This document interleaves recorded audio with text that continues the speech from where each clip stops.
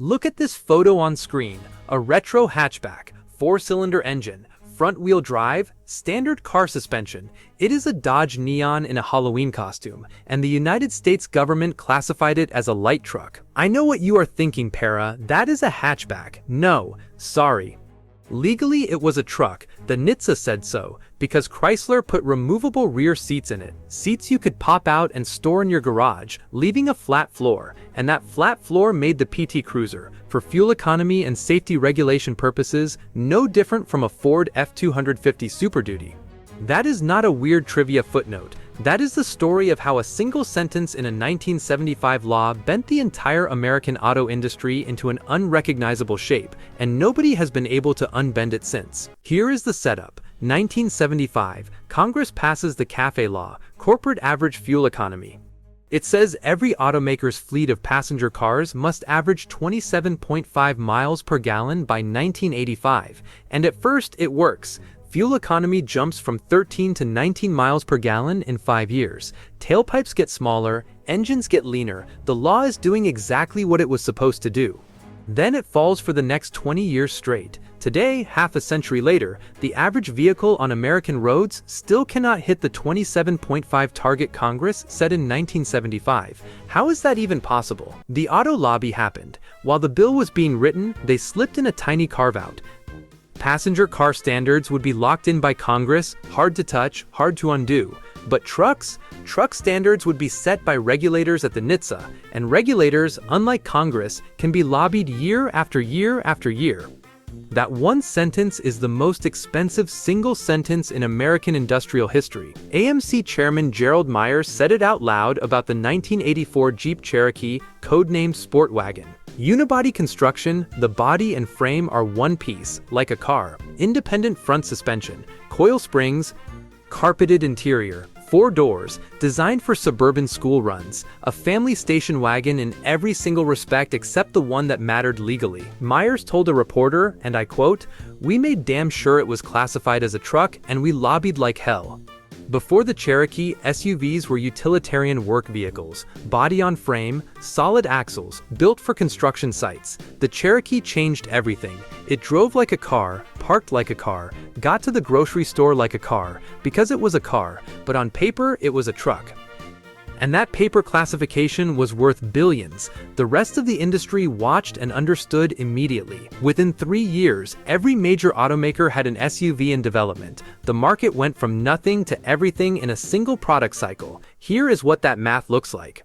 One automaker launches a large SUV in the 1990s, 14 miles per gallon, worse than the average car got in 1975, the year the law passed. But because it was a light truck, every single one earned the company $12,000 in profit, $12,000 per vehicle. I need you to sit with that number. If you can pocket 12 grand on a vehicle people already want, and the regulation makes it ruinously expensive to build small cars, why would you ever build a sedan? Between 1990 and 2000, the industry spent $9 billion pushing SUVs on the American public. SUV advertising went from $172 million a year to over $1.51 billion. Consumer surveys commissioned by the automakers found only a few percent of SUV owners ever took their vehicle off-road. One marketing exec put it directly, the only time those SUVs are going to be off-road is when they miss the driveway at 3 in the morning. They knew nobody needed these things. They built them anyway because the law made it insane not to. And here is where it compounds. In the 2000s, the government replaced the fixed truck standard with the footprint rule. Now your fuel economy target depends on how big your vehicle is. Bigger footprint means looser standard, so automakers started growing their vehicles by 2 to 32% between model years. Every year, just a little bigger, so the target slides back just a little more. Run the numbers, and this single rule change steals 1 to 4 miles per gallon from real-world fuel economy.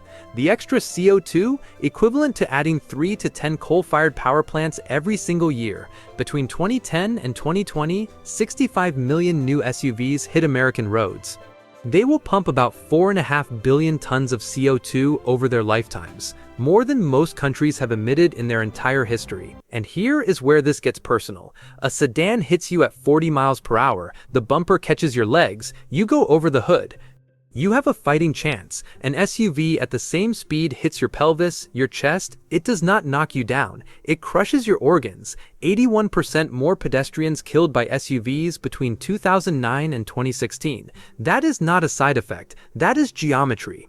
Wait, I need to mention the backup loophole on the import side, because it makes the whole thing even dumber. 1964, Lyndon Johnson slaps a 25% tariff on imported light trucks as retaliation for a trade dispute about frozen chicken.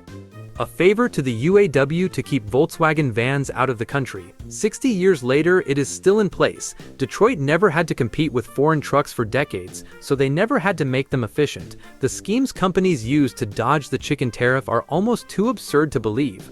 One automaker imported cargo vans from Turkey as passenger vehicles, installed rear seats, windows, seat belts, everything, shipped them to Baltimore, then stripped it all out and threw the seats and carpet in a shredder. They sold the scrap in Ohio. Saved $250 million over 16 years. Another manufacturer bolted jump seats into a pickup bed, your legs dangled behind the tailgate, and customs ruled it a passenger vehicle. 2.5% tariff instead of 25. Ford does not sell the Fusion anymore. Chevy killed the Impala. The Honda Accord is outsold by the CR-V. The PT Cruiser is a truck. The RAV4 is a truck. The Subaru Outback is a truck. That sedan your neighbor drives? Probably next. Look at that photo one more time. That retro hatchback on your screen? Still a truck.